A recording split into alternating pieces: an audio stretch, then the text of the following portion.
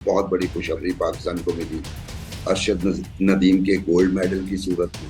13 में से इन्होंने इन दो को चूज किया, सलमान फयाज भट्ट को और नदीम को। सलमान फयाज भट्ट जो है वो डिस्कस थ्रो के कोच है, वो जेवलिन के कोच नहीं है।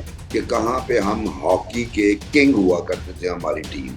तमाम कौम को मुबारक अरशद, आपको बड़ी मुबारक। जस्टिस नहीं होगी, कोई मुल्क आगे नहीं चलेगा और आपके साथ कोई इंटरनेशनल मुल्क बात भी नहीं करेगा। आर्मी चीफ किसी का नौकर नहीं है, वो chief of the arm forces है वो। अस्सलाम वालेकुम नाजरीन, आप देख रहे हैं प्रोग्राम टॉप स्टोरी और मैं हूं आपका होस्ट मुबशर बुखारी और हस्बे रवायत मेरा साथ देंगे पीजे मीर।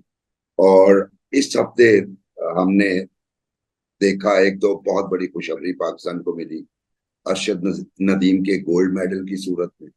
और उसके साथ साथ हफ्ते वाले दिन इस्लामाबाद में एक सेमिनार हुआ जिसमें सीनियर तरीन जो जज हैं इस वक्त, जस्टिस फायज ईसा के बाद मंसूर अली शाह, उनकी तकरीर ने कुछ काफी सवालात को जन्म दिया और काउंटर आर्ग्यूमेंट भी उस पर काफी जनरेट हुए। लेकिन बहुत जुमानी बात थी और उन्होंने बुनियादी तौर पे हुकूमत ने जो बिल किया, जो रिफॉर्म्स की और रिजर्व सीट के ऊपर जो अमेंडमेंट की, उसके तनाजुर में उनकी तकरीर को लिया जा रहा है। और उन्होंने फरमाया कि अगर सुप्रीम कोर्ट के फैसलों पर अमल दरामद नहीं होता तो ये एक बहुत सीरियस मामला है। और उन्होंने ये भी कहा कि इसको मैं जजेस कमेटी में इस इशू को रखूंगा जब सुप्रीम कोर्ट के फैसलों पे अमल दरामद नहीं हुआ। और उन्होंने मिसालें 2014 की भी दी, लेकिन इन बिटवीन द लाइन वो इसी लेजिस्लेशन के हवाले से अपनी रिजर्वेशन का इजहार कर रहे थे। और सूरत हाल ये लग रही है कि अब हुकूमत, मैं ये तो नहीं कहूंगा पार्लियामेंट वर्सेस जुडिशरी, मुझे लग रहा है कि हुकूमत वर्सेस जुडिशरी, उसमें जो काउंटर डिबेट है उसको क्या उसकी लॉजिक है, उनकी क्या लॉजिक है दूसरी तरफ से, या कुछ कॉमन क्वेश्चंस एक पॉलिटिकल साइंस के तालिब इल्म के तौर पे मेरे जहन में भी आते हैं, वो भी साथ साथ डिस्कस करते हैं। लेकिन पहले अरशद नदीम के हवाले से बात करते हैं। अरशद नदीम ने पीजे गोल्ड मेडल ले लिया और किसी भी एथलीट का हॉकी के अलावा ये पहला गोल्ड मेडल। और ये साबित करता है कि पाकिस्तान में कितना टैलेंट मौजूद है, लेकिन उसको पैटर्न नहीं किया जाता और पैटर्नाइज नहीं किया जाता। उस वजह से बहुत सा टैलेंट वक्त गुजरने के साथ साथ ही खत्म हो जाता है। उसमें अरशद नदीम की मिसाल मैं इसलिए देना चाहूंगा कि अरशद अपने 5 भाइयों में से चौथे नंबर पे है। 3 बड़े भाई भी एथलीट्स थे, वो भी जेवलिन थ्रोअर थे। और अरशद क्रिकेटर भी था। क्रिकेट उसने इसलिए अबेंडन की कि उसे अंदाजा हो गया कि क्रिकेट में आपके कॉन्टैक्ट्स और रेफरेंसेस के बगैर आपको कोई प्लेस नहीं मिल सकती। इधर जो है उसने मेहनत की, जबकि 3 भाई जब अपने बेचारे प्रैक्टिस कर रहे थे, उन्हें रिप्रेजेंट करने का मौका तो नहीं मिला, लेकिन वो अपने घर को चलाने के लिए उन्होंने अपने पैशन को तर्क किया, गिव अप कर दिया और अपने छोटे भाई यानी अरशद और उनसे छोटे अभी तक एथलेटिक्स में है। तो ये एक छोटी सी दास्तान है। इस पे क्या, आप तो चूंकि पीसीबी में भी रहे हैं, आपके सामने तो क्रिकेट के बड़े इंसिडेंट हैं, बहुत एग्जांपल्स हैं कि बहुत अच्छे टैलेंट नहीं आ सके। तो ये क्या है, पाकिस्तान के लिए खुशखबरी तो है, लेकिन एक तारीख पहलू भी इसमें से निकलता है। बिल्कुल जी, हमने कभी ऐसे लोगों पे तवज्जो दी नहीं है। गरीब लोग होते हैं, हम उनकी केयर करते नहीं है। ये तो मैं क्रेडिट देता हूँ इसको पीसी पाकिस्तान स्पोर्ट्स बोर्ड, जिन्होंने इनकी टिकट्स करके दी। थैंक यू वेरी मच, क्योंकि 13 कंटेंडर्स थे, 13 में से इन्होंने इन दो को चूज किया, सलमान फयाज भट्ट को और नदीम को, और उनको टिकट्स दी। लेकिन कैन यू इमेजिन कि सलमान फयाज भट्ट जो है वो डिस्कस थ्रो के कोच है, वो जेवलिन के कोच नहीं है, वो डिस्कस के कोच है। और देखो डिस्कस का कोच आपको कहाँ, एक लड़के को कहाँ से कहाँ ले गया। So at the end of the day, I think what needs to be done is के we need to re-strategize the grass root level. आपके पास स्कॉश होती थी, शुक्र करें वो चल गई, बिकॉज खान ब्रदर्स थे और पाकिस्तान एयरफोर्स ने एक बहुत बड़ा रोल प्ले किया है पेशावर के अंदर एक जमाने में। कई निकले। उसके बाद फिर आपने देखा कि जहांगीर और जानशेर के बाद ये स्कॉश बिल्कुल ड्विंडल कर गई। वो लड़के हम निकाल नहीं सके, फैसिलिटीज थी कोई नहीं। और because of lack of facilities and funds हमारा स्क्वाश कहाँ से कहाँ था, कहाँ से कहाँ चला गया। हॉकी हम 3 ओलंपिक 60 में, 68 में और फिर 84 में हमने ओलंपिक्स देखे, 3 गोल्ड मेडल्स आए। लेकिन फिर आपने देखा पहला 60 to 68 8 साल के बाद, फिर उसके बाद 68 to 84 14 साल के बाद आप देखो कि फिर हमारा एक रिवाइवल होता है। और अब देखो 40 साल के बाद कुछ भी नहीं। लुक एट दैट कि कहां से कहां चले गए। ये तो दुआएं दें, वो 3 ओलंपियन में से एक हैं तौकीर डार, जिन्होंने खुदा की कसम अपनी एकेडमी खोली हुई है।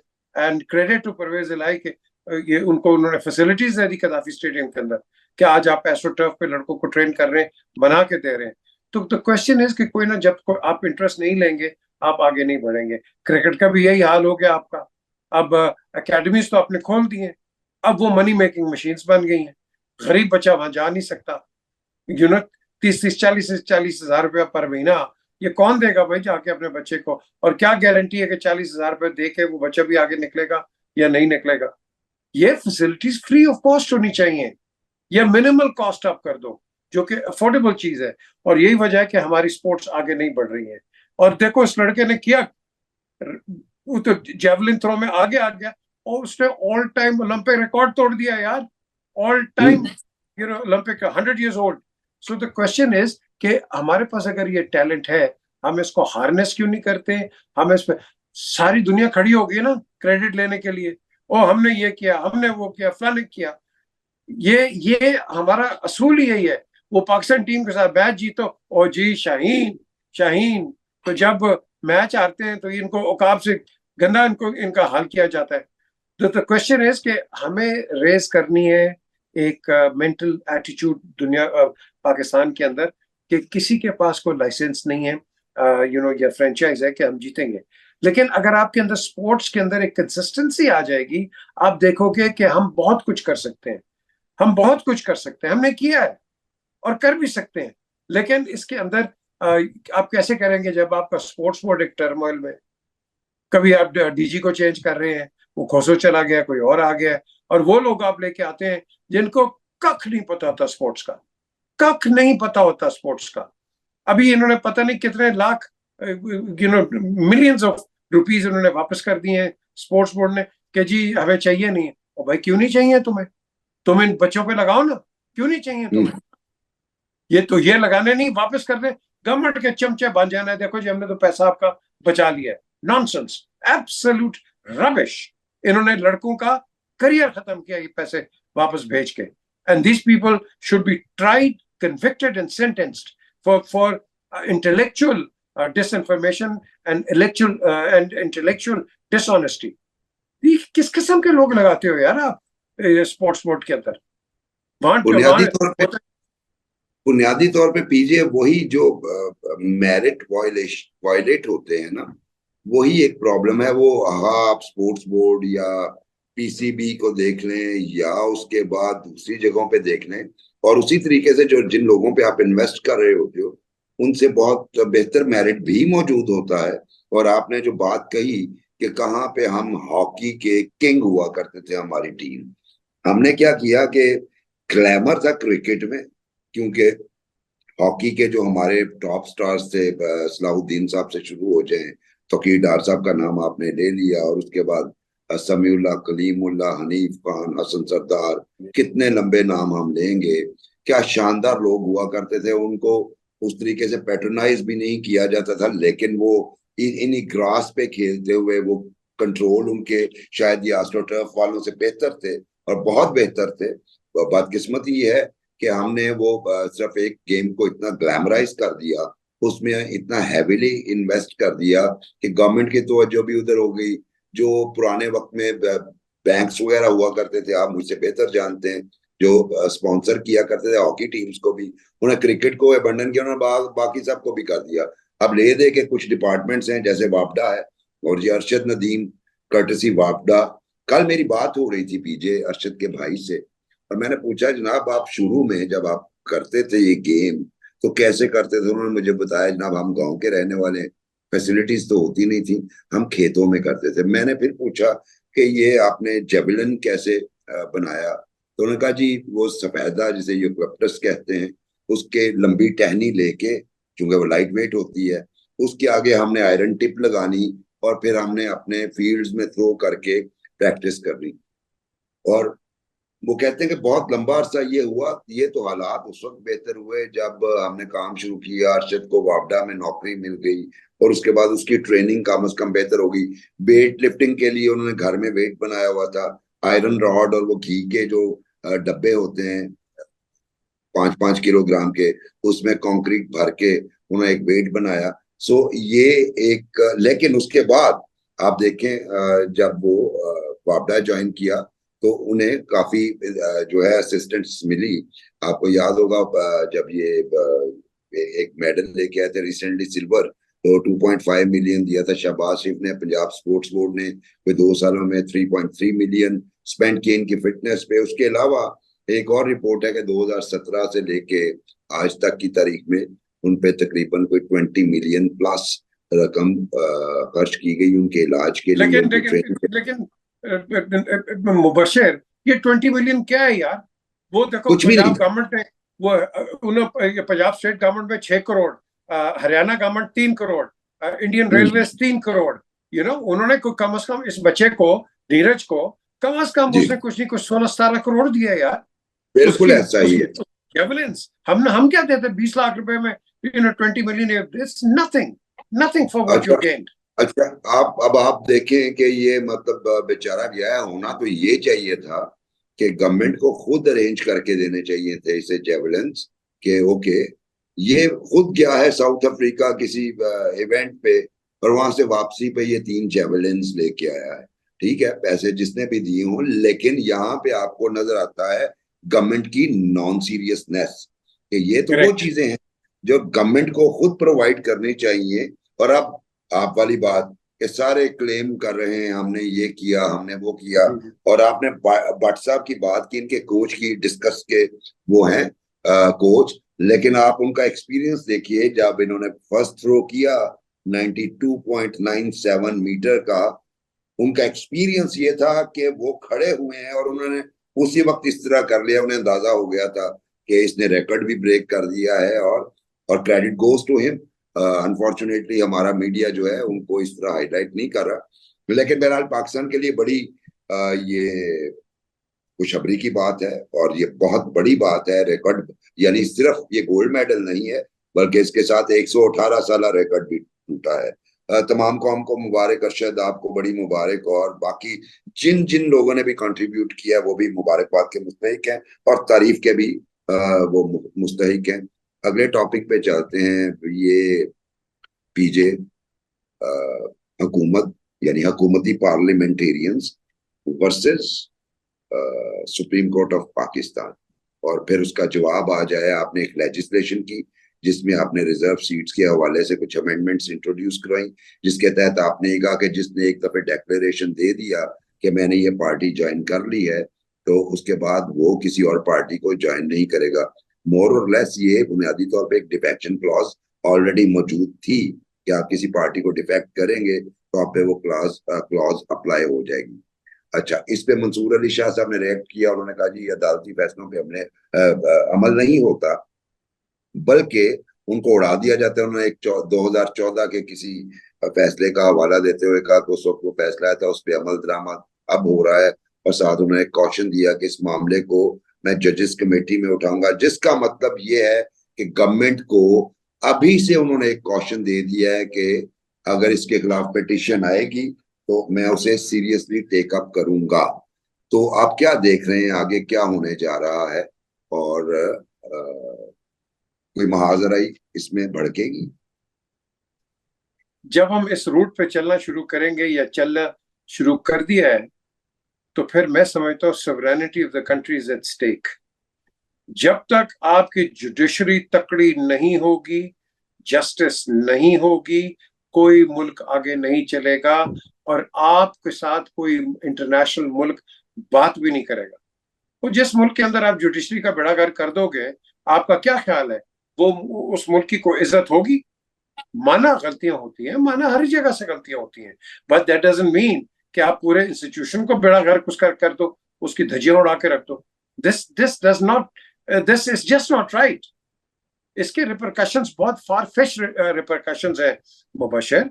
आपका फॉरेन इन्वेस्टर या पाकिस्तान में से आना भाग जाएगा, वो कहेगा भाई अपनी इनकी जुडिशरी की अपने अंदर इज्जत नहीं है और इनकी खुद यहाँ बेइज्जती हो रही है, हम तो अपने मिलियंस ऑफ डॉलर्स यहाँ कैसे इन्वेस्ट कर सकते हैं पाकिस्तान के अंदर। सो इसके बहुत फर्दर इम्प्लीकेशंस है and I think we should restrain. और जो जुडिशरी जो ऑर्डर करती है you have to go by, क्योंकि जुडिशरी उसी वक्त ऑर्डर करेगी ना जब प्रोसिक्यूशन और डिफेंस को सुनेगी। तो जिसका केस तकड़ा होगा तो वो इम्प्लीमेंट होगा उसका ऑर्डर। तो आप कौन होते हैं, कोई भी कौन होता है कि इस तरह के आप करें। हाँ, अगर उसमें अपील की बात है आप अपील कर लें उसके अंदर जाके, but that doesn't mean you can defy the orders of the judiciary, because that means that is मैं समझता हूँ कि एक that will be that मेरी नजर के अंदर that will be treasonable offense that is working against the interest of the state. So I don't think इसको accept करना चाहिए।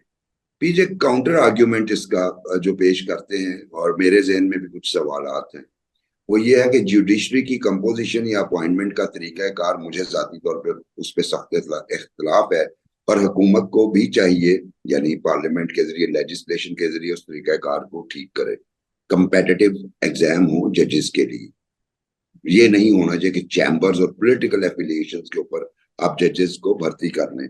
अगर आप ये करेंगे, और ये तमाम पार्टीज ने की है, मैंने पीपल्स पार्टी का दौर भी देखा जब उन्होंने अपने ही लीडर्स को, मसलन दो खवातीन थी, दोनों बहनें थी, तलत याकूब और रेहाना सरवर बेवा थी, कैप्टन सरवर शहीद निशान हैदर की।